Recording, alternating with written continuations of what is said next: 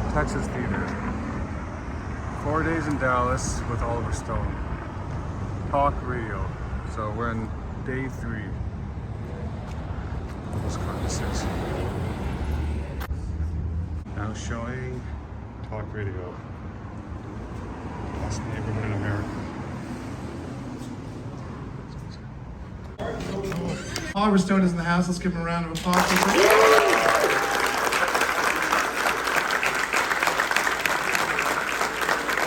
Because of the nature of the intimacy of this is what we want to do for you guys. But because of the nature of the intimacy, we want to make sure this is shown. We want to make sure that there's no kind of talk back while Matt's doing his thing. So when we do the Q&A, we may give a second if he wants to do a shout out. But even though we're really close and you might be tempted to say something, we'll let him handle it. So without further ado, let's talk to Matt Zoller Seitz to put this whole thing together. Yeah.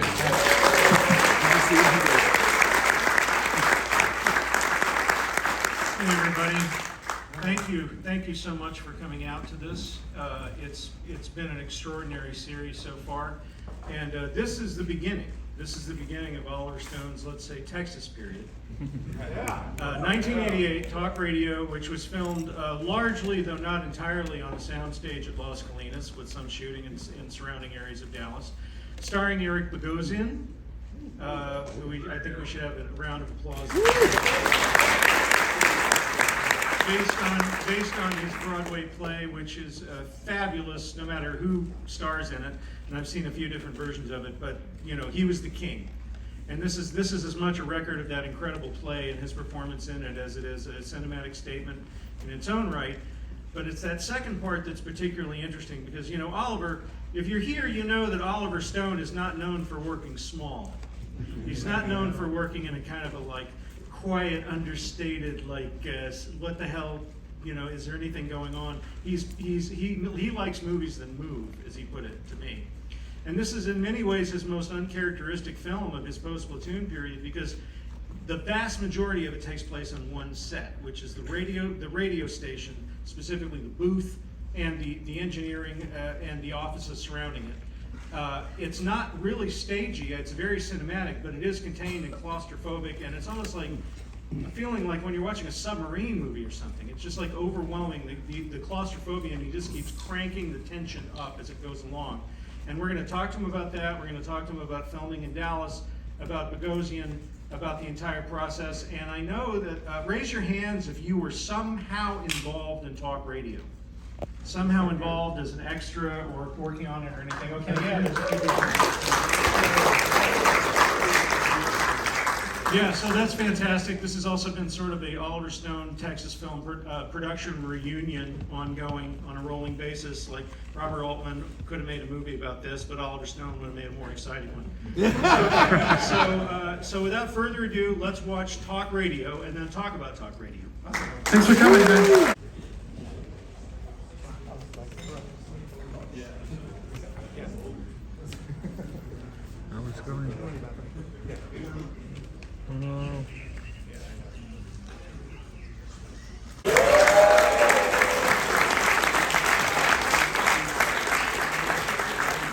Yeah. So did you notice the Redneck? It was Rocket's Red Glare was his real name. The Redneck collar. Yes, and I also noticed. I can't believe I never noticed this before, but there's a John Seitz.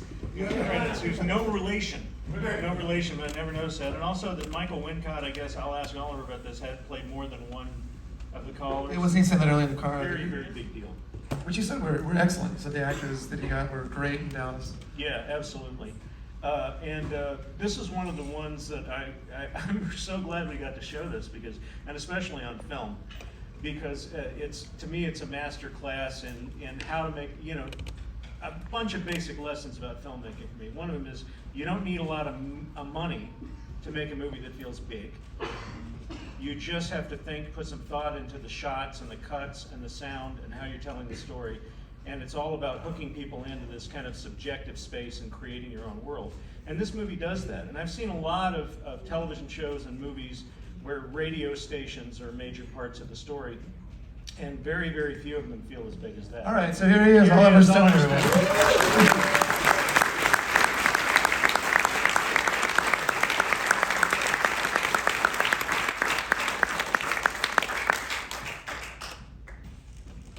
You and I should be on the radio together. So, Oliver, so let's start out, you know, I know the stories, but a lot of folks in this room don't. So let's start at the beginning. You did Salvador, you did Platoon, you did Wall Street, each one a bigger film than the last in terms of scope, and then you made this one, which was this little gem of a movie. How did that happen? We were going to make Born on the 4th of July in Dallas. That was the goal. And there was a delay because Tom Cruise was delayed on Rain Man, which he was making with Dustin Hoffman, under Barry Levinson's direction. And they were shooting, put it this way, that script went through many changes before. So they kept rewriting it, and it was delayed and delayed. We were sitting in Dallas, and I had about 10 months to wait.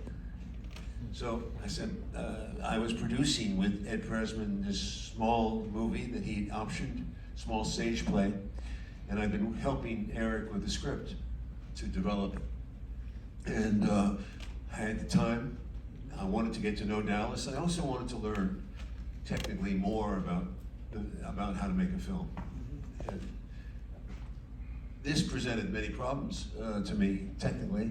To work with camera, to work with diopters, to work with in-stage refinement, making characters work, just using characters, not having much background, really. So I got more and more involved in the script and changed a few things and a lot of things, and sometimes added characters and this and that, and I just committed to it, and I said, you know, I can make this film in 30 days, 35 days or something like that, and we can get it out, and you know, we'll do it as a low-budget, quick film. It's an interesting exercise because, you know, as I understand it, you were working on it you were working on the script before that, but not necessarily thinking I'm going to direct it. That's right. And so this becomes almost like an exercise in a way, and as you say, kind of a film school for it's like professionals. going back to acting studio. You know, going into actors, going into making this work on its own terms. And we made a deal with Cineplex Odeon, which you saw was a big theater chain. Garth Drabinsky was the stepping into production. He wanted to be a big movie maker. He had big goals. We shot the film very quickly. And we cut it, and it was a hard. You know, it's quite a lot of editing actually. A lot of voices.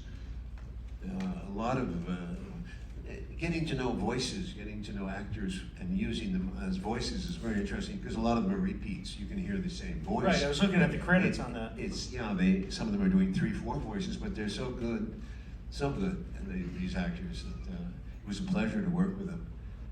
There was so many things, and there was a lot of you know. This film, unfortunately, the print was a release print, so I apologize. It was just, you know, 30% below what it should be. It was just dark, and the colors were not there. You know, I'm sorry. It's embarrassing to represent a release print, but if you ever see it in another form, there is a better version of this. But be that as it may, the film came out, and it was, Garth had a big ambitions. The film was never intended to be a Christmas film, but he wanted to bring it out for Christmas. And it was so It's great. dark and depressing. And I said, this is a February film. Garth was a big shot. He was like Mike Todd or something. He wanted to, and he splashed money there, and they put it out against all these top drawer films, and we got killed. You know. I actually took members of my family to see this when it came out, and it was like, it's very Christmas. Thanks, Matt. I mean, it's a dark, fucking depressing.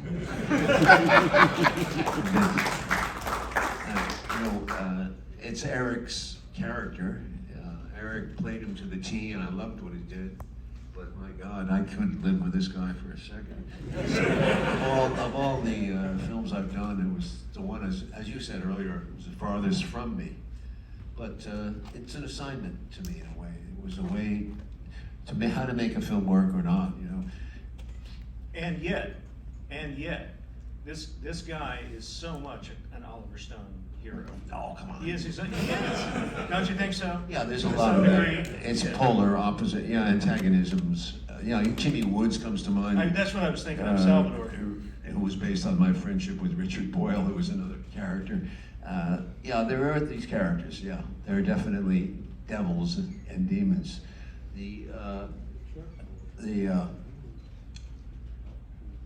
I think there's a tenderness there with Ellen Green. I loved what she did. And Leslie Hope too, because there was a nice contrast in my mind between a relationship with your ex-wife, who you see what happens, he betrays her completely, but he's like a baby. He needs everything, and everyone has to cotton to him, and she's dependent on him too, and she's weak in that way. She's always trying to make him happy, but she can't help it in herself because she's got that maternal instinct. And at the same time, she knows it's bad for her. Yes, very much like the members of his audience, I guess, in some ways. Yeah, the members of the audience. I mean, I don't know if there's that many nutcases in Dallas, but certainly.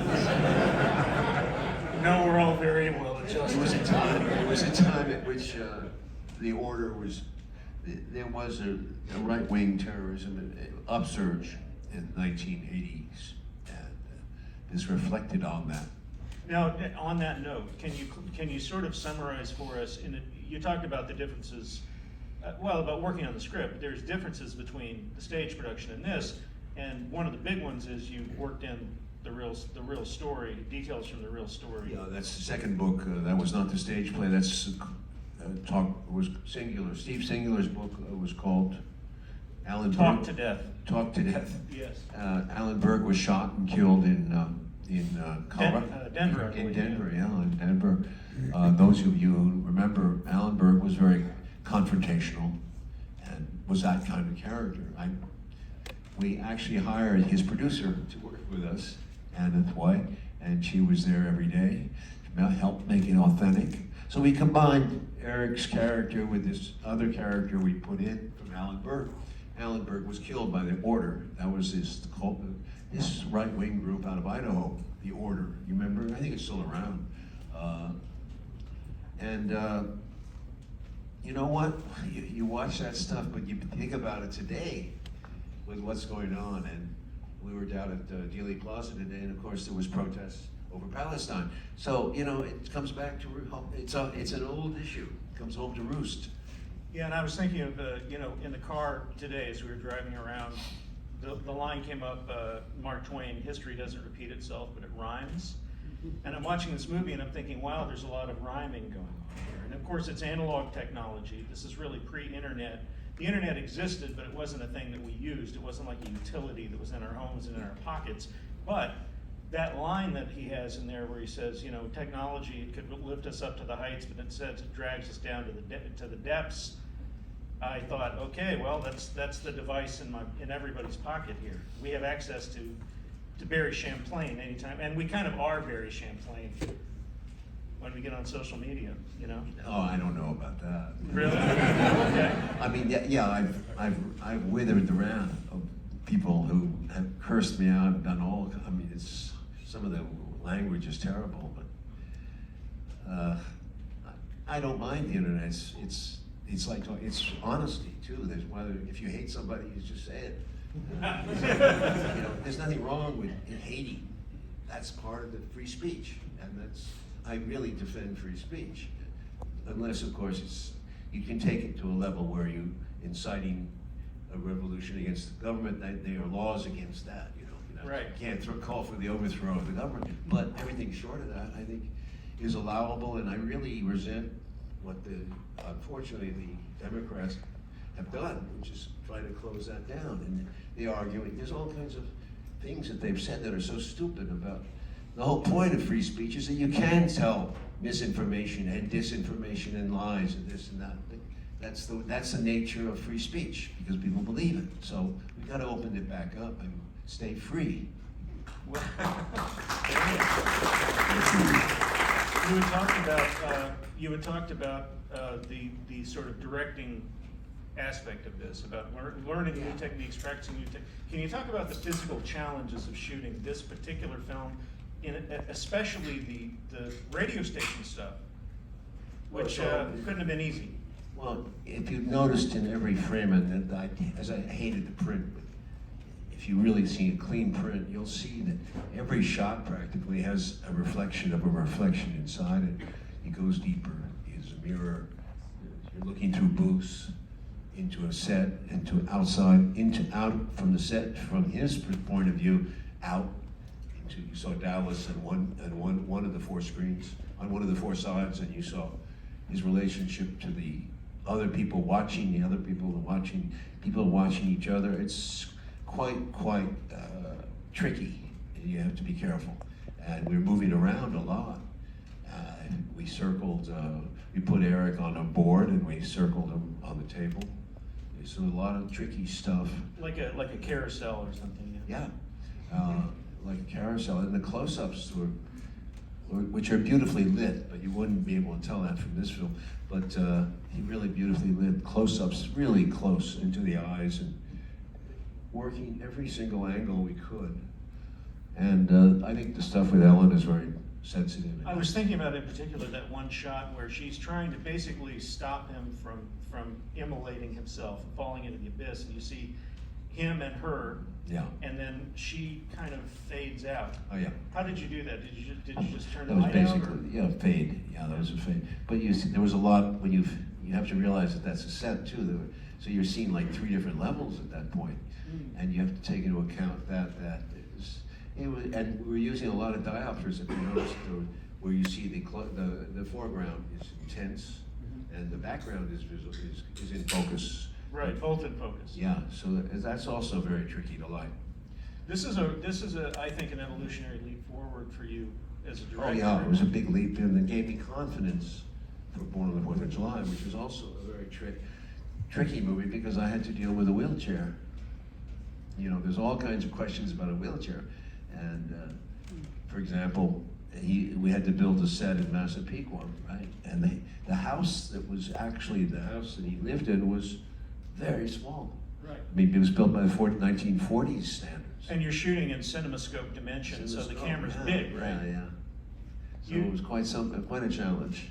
You had talked about the difficulties of maneuvering that huge camera around in that house that Ron Kovic lived in, and there's actually some Steadicam work in this too. And it seems like the challenges must have been somewhat similar, although it's a set, so you can, I guess, pull things away if you need to. Well, yes, you have to have walls that fly, but I really learned a lot, and I advanced, as you say, evolutionary-wise, into a better film director. And how did you handle? What were some of your thoughts on the sound, on the use of sound in this? Oh, it was quite innovative. Overlaps, overlays. But I couldn't tell. I couldn't hear well. My hearing's impaired anyway, but I just couldn't. I hope you heard most of it because there was a lot of whispered stuff. So I missed a lot of the lines, unfortunately. But it's tricky to do that. It was a tricky mix also. What was it like working with Robert Richardson on this, and just in general? Like what? Oh, he developed enormously in this film. This was a real challenge for him, and he got better. And by the time he hit Born on the 4th of July, we were using, as you know, a Panavision CinemaScope. We were doing it in CinemaScope, which is built for horizontal, and he's on a wheelchair, so it was so many challenges. But we started to use the camera, that big camera, very freely, which we had the confidence that grew as we went. And we did things in Born and 4th of July that had never been, I don't think I've ever seen them in a CinemaScope movie. From swinging around and all kinds of angles. But modern technology's moved on, it's even better now. Have you, are there any parts of this movie where you look at it and you say, God, I wish we had more time, or gee, I wish I'd done that differently or better? Not really. We had 35 days or 30 days, and it was what it was. Well, because you are a director who sometimes goes back and recuts their movies or puts things back in, and Yeah, sometimes, and sometimes reshoot, but not often, not that often. No. tell me about Stuart Copeland. Or don't. Well, Stuart was with the Police, right? And he was a rock and roller. He wasn't Kent, but he was certainly freer. I originally was hired on Wall Street. I hired Jerry Goldsmith, who was a very famous composer. We couldn't get along, and put it this way, he fired me. And Stuart was a last minute, just because Wall Street needed a certain rhythm, and I felt like Stuart was the right choice for that, to give it a modern touch. And we carried Stuart into talk radio, but when we went back to Born on the 4th of July, John Williams came back. No, John Williams came on for the first time. So that's a big step up with John Williams. But Stuart did a great job, and I don't know what he did after that, but he was very busy. He did compositions, he did albums and stuff. Yeah, and there was a television show called The Equalizer that he was the house composer on at the time too. Oh, I'm which was glad. like Yeah. around the time that you. Yeah, you follow music much more than I do. He was. Did Sting do that? More work with him? No. What is your relationship with composers? Are you somebody who has particular ideas, or do you hear something that sounds like what I want, or do you leave them alone, or what do you do? It's very instinctive, Matt. I don't really. I tell the composer. I really listen to what with picture, and it's in my. If I don't like it, I can't begin. I can't. I have to tell the truth, and I'm not musically articulate, but I know what I don't like, and I suppose that helps. But we talk these through as best we can. We talk about the mood. They read the script. They try things, and of course where you place the music and how loud it is, and it's very important. But that's the editing process, and it's it's trial and error. And how many days out of those 30 did you spend on the set at Las Colinas, the main set? And Las Colinas, probably most of it, I would say we had 5 days outside at the park with Ellen Green. The car, there was a car scene, and there was the basketball scene, which was rather complicated. I like when he gets booed. Yes. Yeah. What did you He was a man who's needed to be hated. There are people like that. They have a self-loathing that's in them, and it's extreme. It's extreme. It's psychotic. When you watch this, when's the last time you watched this movie? No, years ago. I don't know, 6, 7, 8 years ago. How has your relationship to it changed? Like the way that you look at it, the way I've that always cringed when I see. No, I would. I think the third act is a little too heavy, but I got that woman. The woman, Park Overall, was it? Park Overall, yeah. She's Dallas resident. She was like Mercedes McCambridge, that voice. You remember Exorcist? She was the voice in The Exorcist, but she was also a great actress too, Mercedes McCambridge. I think she's from Dallas, no? She's somewhere here. Park Overall? No, yeah, she is. I don't know that Mercedes was. I don't know. I know Greer Garson was. Greer Garson, indeed, yes. Who I loved. What a great patron of the arts Greer Garson was. She was a great actress too. Great actress. And you apparently enjoyed the experience enough that you came back here to shoot more movies. Well, we were going to do Born. We did Born on the 4th of July. We came back afterward with JFK, which the story was in Dallas. Right. So it made sense. And then I came back again with Any Given Sunday because Jerry Jones gave us the stadium, which was a big deal to get the stadium because we were being driven out of everything the NFL had. Uniforms, stadiums. They wrote notes to don't cooperate with this film, it's obscene and blah, blah, blah. And Jerry was one of those owners who said, fuck the NFL. So did in Miami Stadium, and we got the Wayne Wazenga, who had Blockbuster. And we also had we got the Orange Bowl. That was a miracle because the Orange Bowl in Miami, the college had been told by the NFL not to cooperate. You see, the NFL has a lot of power, and so they were really pulling that power with colleges to try to ban these stadiums. It's very hard to get us. I mean, stadiums are crucial for this game. We had 5 games. When the film came out, and the NFL did everything in its power to cut off the advertising. We did not really get on any one, maybe 1 or 2 sports shows. Those ESPN shows, the sports, everything related. You were not going to get any more news out of the NFL if you cooperated with this film. It was very strict, and it hurt the film. But we bought our own advertising, but we couldn't get on the sports shows. It's amazing. That's amazing. You certainly haven't made it easy on yourself in your choice of subject matter in terms of those. Yeah, well, that's my fault. But you found a way around it. Yes, we did.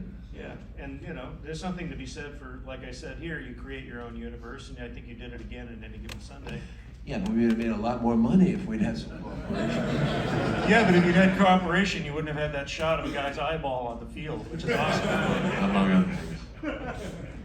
So I think I want to hear from people who worked on who were involved in talk radio. So to put up your hand if you were. There we go. Okay, tell me what was your involvement in talk radio? I was at SMU at the basketball game. Woo!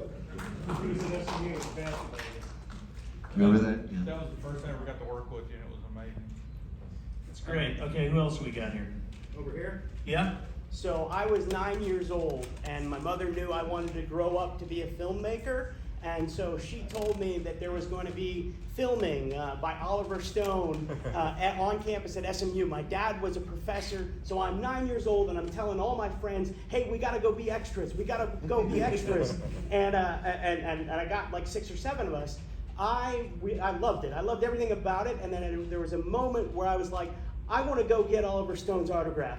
And I'm like, hey, guys, you want to come with me? And they're like, no. And then I have a crisis of conscience at the end of the aisle, and I say, hey, do you guys want me to get Oliver Stone's autograph for you? And they're like, yeah, do it. So I go down to the basketball floor. I'm looking all over for you. I can't find you. And I'm like, excuse me, do you know where Mr. Stone is? And they direct me down towards the locker room. They say he's down that way. And I'm like, all right. And I start walking, and then you turn around the corner, and you see that I'm this little kid walking directly for you. You know that I'm coming to you. And we stop, and I say, Mr. Stone, can I have your autograph? And you picked the exact wrong time to make a joke. You said, sure, kid, how many do you want? And I was like, I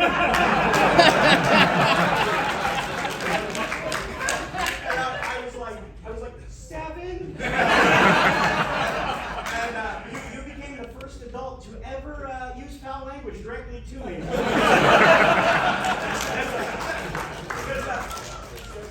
Yeah, and so then you grab me. You were like, well, this is what you said. Shit, who's the first one to? And you and then I'm a filmmaker now. I'm an Emmy winner. I have done stories about Dallas, and so I grew up okay. I don't have that autograph anymore, but today I only want 2. I want to run out.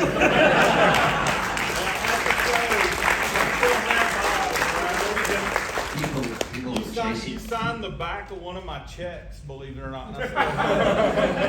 People wanting autographs seems to be a theme in this film. That's true, and look how that turned out. I want to mention that Chip Moody, if you remember, was famous. Yeah.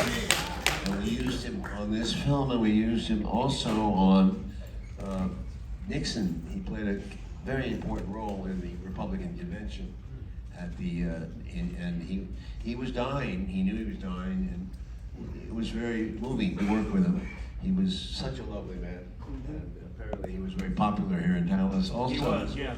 Also, if you remember the promoter, that guy was from Dallas too. The promoter with the guy in the hallway in the basketball, he got his hair. He looks like Don King, the white guy. He was a character, a Dallas character. So if anybody knows him, please raise your hand. I'd love to know what happened to him. Any other talk radio folks in the house? Yeah. Okay. All right, well, I think we have to wrap it up, but Oliver, thank you so much for joining Thank you. us.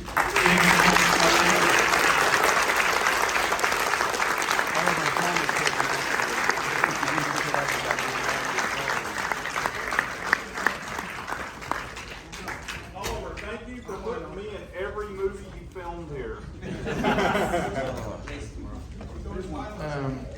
Last time that Oliver will be here, he's gonna do the intro, and then he's gonna jump on a plane to go back to LA. So try to make it tomorrow, guys. Thanks so much for coming.